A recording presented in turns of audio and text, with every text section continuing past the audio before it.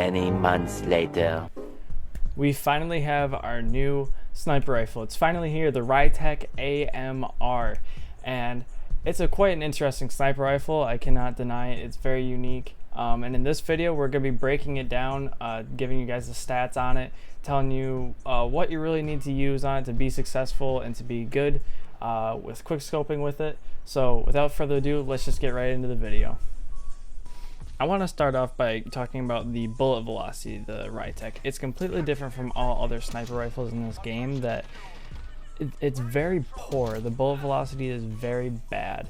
Shooting someone that is running across your screen is very different compared to if you were doing it with an AX50 or an HDR. Usually, at most ranges in multiplayer, you could just aim directly at them or a little bit in front of them and hit your target. With the Rytec AMR, you have to lead your shot more than you usually would. And that's why I say it has such poor bullet velocity, especially for our quick scopers.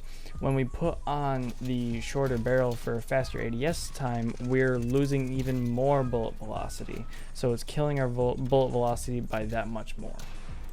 Another drawback with the Rytec is that it's very slow ADS speed. The base Rytec with no attachments on it, you could die up to 3 times over before you even aim down sights.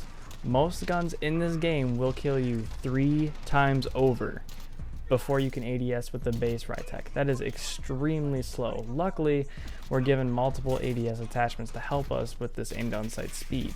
The recoil is very rough. It's a up and to the right kind of pattern.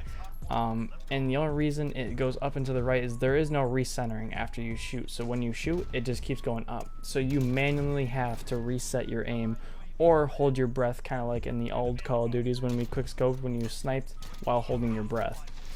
Fire rate on the AMR is very identical to the Dragunov. So it's very spammy, but of course we only have 5 bullets. So you're only shooting 5 bullets at a time instead of the Dragunov where you could be shooting more than 10 at a time. With all these negatives though, this sniper does come with a huge positive, especially for you Warzone players out there.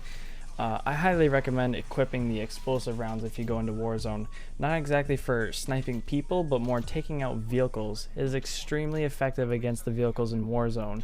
It is 2 shots to destroy a 4-wheeler, it's 3 shots to destroy a buggy, 4 for the Jeep, 6 for the helicopter, and then 8 for the truck.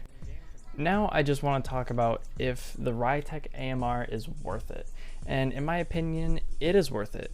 It may not be exactly what the sniping community wanted, but it's what we got, so we might as well make the best of it.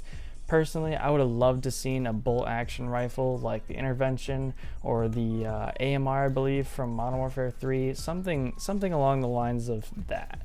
But of course, we were given this, and we've waited 9 months for it, so I say we make the best out of it and do what we can with it. And hey, semi-auto rifles are fun. We've had the Barrett 50 cal in past games, we've had Dragunovs in past games.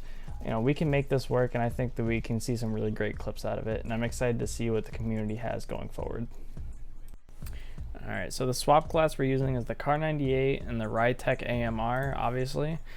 For the Rytec, 448mm dictator barrel, tack laser, tack wrap stock, and stippled grip tape. And the only reason I'm using the focus perk over sleight of hand is just because when you get shot with this rifle, your flinch is quite larger than all the other sniper rifles, so I feel like having the focus perk is a little bit more beneficial than having sleight of hand. Guys, remember when I put in the video that to remember when I said about me wanting the intervention in the game? Well, we might have what we asked for. Just as I was finishing editing this video, a leak on Twitter came out about someone finding in the game files the Model 700. Now, if you don't know what the Model 700 looks like, I'm going to put a couple pictures up on the screen right now. The first one might look a little familiar. Yeah, the intervention from Modern Warfare 2. But it could also look like this, and it could also look like this. Now, the third image could very well possibly be a marksman rifle, and that would be just as cool. And if you Google Model 700s, Remington Model 700s, there's so many different looks to the Model 700. So they could have a million blueprints for this gun. It could come out looking like the second or third image, and then they could put a blueprint in that makes it look like the intervention. Either way, I'm extremely excited, and I hope these come very, very soon. So stay tuned, because if these come out, boy, it's going to be a game changer, and it's going to be a lot of fun. Appreciate you guys hanging around. I'll catch you guys next time.